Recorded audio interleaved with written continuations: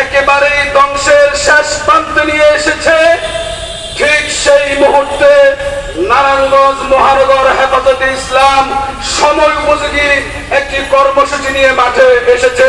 এজন্য কেন্দ্রের পক্ষ থেকে আমরা নারায়ণগঞ্জ মহানগর হেফাজতে ইসলামের নেতৃবৃন্দকে মোবারকবাদ জানাই। আমি সংক্ষিপ্ত আকারে সামান্য শিক্ষা সিলেবাসে কি ধরনের ঘটনা ঘটাচ্ছে সরকার, লজ্জাহীনতার বার্তা শিশুদের মনে,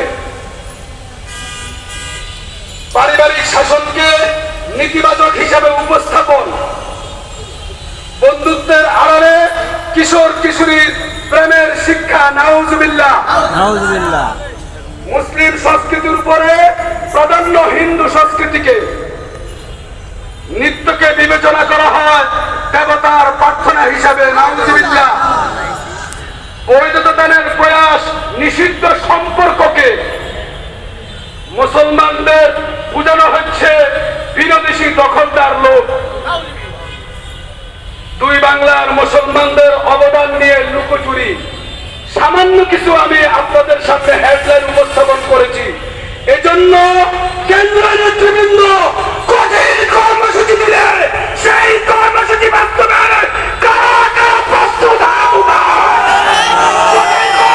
আমরা চাই। সোজা আঙ্গুলে কি উঠবে না, আঙ্গুল পাকা করতে হবে। আঙ্গুল পাকা করার কোনো বিকল্প নেই।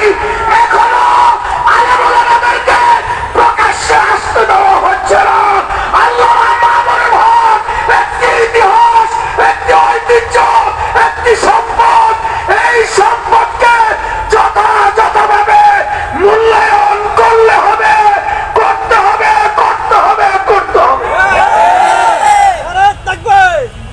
মুহতারাম হাজিরিন, এই পর্যায়ে আমাদের সামনে অত্যন্ত গুরুত্বপূর্ণ বক্তব্য রাখবেন